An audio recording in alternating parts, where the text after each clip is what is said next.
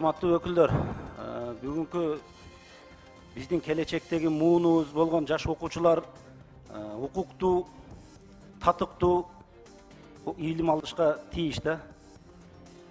Бирок ушундай укуктуу илим алышына каршы болгон бүгүнкү күндө мектептерде өтө бир чоң көйгөйлөр пайда болду. Билим алганы келген кыздарды же мугалимдерди жоолуктун артынан кууп чыгып атыптыр мектептерде.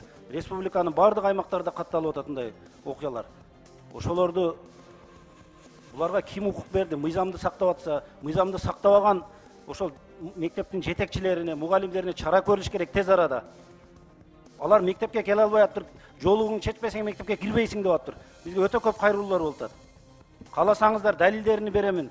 Чара көрүлүш керек. Эмне үчүн мыйзамды сактабайт алар өздөрү? Биздин мектептин уставы бар деп кээ-биркилер киргизбей атышыптыр. Мыйзам болгондон кийин устав мыйзам жогору турат да.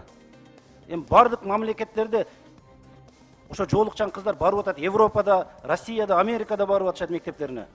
Биз да укуктуу мамлекетпиз. Мыйзамда так жазылган дин тутуу эркиндиги. Алардын акысыны, укугуну ким эмне үчүн тебелейт алар? Жооп бериш керек аларга. Сөзсүз төрайым, сиз протокол тапшырма берип койсоңуз, ал каралыш керек.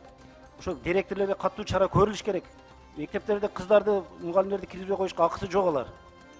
Экинчи маселе мына Баткенде чек арада өткөндө өзүңүздөр баарыңыздар билесиздер.